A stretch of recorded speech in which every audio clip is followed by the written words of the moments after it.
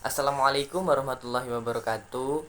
Izin memperkenalkan diri, nama saya Muhammad Nurul Fajar, NPM 2216051037, Fakultas Ilmu Sosial dan Ilmu Politik, Prodi Ilmu Administrasi Bisnis. Kali ini saya akan menyampaikan kesimpulan dari materi PKKMB Unila tahun 2022 dengan mengangkat tema Ciptakan Mahasiswa yang Berkarya dan Berinovasi untuk Kampus Merdeka Belajar. Hari pertama materi pertama yang disampaikan oleh Kasubdit 5 Cyber di Treskrimsus Bapak Yusriandi Yesik M Medcom dengan judul materi Peran Kepolisian Indonesia dalam Kejahatan Digital dengan pokok pembahasan yang pertama menjelaskan Undang-Undang ITE, yang kedua contoh pelanggaran hukum di dunia maya, dan yang ketiga tips agar terhindar dari jeratan hukum. Untuk materi yang kedua disampaikan oleh Ibu Dr. Susetya Hirawati STMSI dengan judul materi Pengembangan Karakter Mahasiswa sebagai Intelektual dan Anti Kekerasan atau Anti Perundungan dengan pokok pembahasan yang pertama apa itu bullying, yang kedua tanggung jawab generasi muda, dan yang ketiga kemunduran generasi muda. Untuk materi yang ketiga disampaikan oleh Bapak Profesor Dr. Kiai Haji Said Akil Siroj MA Mutasyar PBNU, Pengembang Karakter Mahasiswa dalam Perspektif Agama dengan judul materi Penguatan Karakter Mahasiswa dengan pokok pembahasannya yang pertama ciri khas umat Islam di Nusantara, dan yang kedua khilafah umat Islam abad 18 dan 19 di Timur Tengah. Untuk hari kedua materi pertama yaitu Merdeka Belajar Kampus Merdeka yang disampaikan oleh Bapak Profesor Dr. Heriandi MS. Pilar Visi Indonesia 2045. Ada pertama pengembangan manusia serta penguasaan ilmu pengetahuan dan teknologi, yang kedua ada pembangunan ekonomi berkelanjutan, yang ketiga pemerataan pembangunan, yang keempat pemantapan ketahanan nasional dan tata kelola kepemerintahan dengan berbagai tantangan. Yang tantangan pertama adalah Industri 4.0 atau Cyber Physical System Internet, yang kedua ada globalisasi, yang ketiga ada bonus demografi. Kemudian ada indikator profil pelajar Pancasila ada 6. Yang pertama bernalar kritis, kedua kemandirian, kreatif, gotong royong, kebinekaan global, dan berakhlak mulia.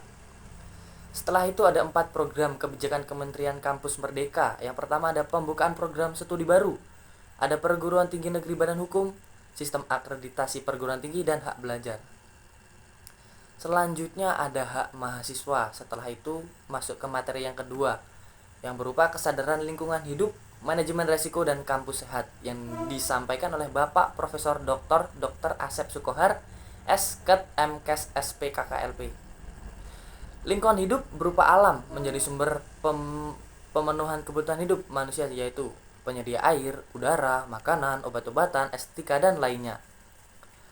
Setelah itu ada permasalahan lingkungan hidup di Indonesia dan di dunia dibagi menjadi 3 kelompok. Kelompok pertama lingkungan alam, kelompok yang kedua ada lingkungan buatan, dan kelompok yang ketiga lingkungan sosial. Setelah itu ada pengelolaan lingkungan hidup, menjaga kelestarian bumi, ada 4 caranya. Yang pertama ada 3 R, reuse, reduce, dan recycle. Yang kedua ada mengelola sampah, yang ketiga menjaga kelestarian SDA, dan yang keempat waspada pemanasan global. Selanjutnya ada manajemen resiko. Setelah itu ada mengapa perlu manajemen resiko.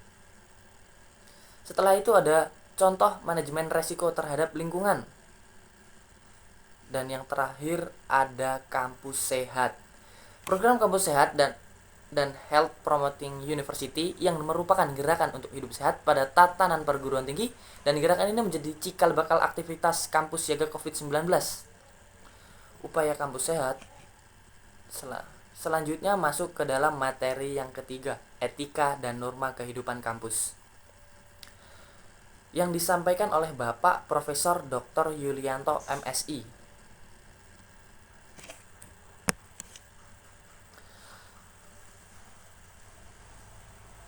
Bagaimana cara menjadi mahasiswa ideal di era 4.0 masa kini? Menjadi mahasiswa ideal berarti Anda mampu berpikir positif terhadap sesuatu yang Anda lakukan dan kerjakan. Selanjutnya ada juga mampu menyeimbangkan antara sisi akademik, organisasi, dan tugas-tugas. Sehingga saat berkuliah tujuannya tidak cuma untuk mengejar IPK yang tinggi, tapi juga mengembangkan kemampuan berorganisasi, kemampuan untuk memimpin yang baik, mampu mengatur teman-teman yang baik, dan mampu mengeluarkan pendapatmu di depan banyak orang, yang mana berguna nantinya saat terjun di dunia masyarakat seprofesional. Ada 4 tipe karakter mahasiswa yang ada di perkuliahan, Tipe yang pertama, mahasiswa studi orientasi. Mahasiswa yang suka belajar namun sulit bersosialisasi. Untuk tipe mahasiswa yang kedua ada mahasiswa organisasi orientasi. Mahasiswa yang mampu bersosialisasi dengan sangat baik namun tugas-tugasnya sulit dikerjakan. Untuk tipe yang ketiga ada studi orientasi dan organisasi orientasi. Mahasiswa yang ini seimbang antara tugas dan berorganisasi. Untuk tipe mahasiswa yang keempat, mahasiswa yang hanya suka bermain, yang tidak pernah berorganisasi dan sangat sulit mengerjakan tugas, yang kuliahnya hanya sekedar bermain-main.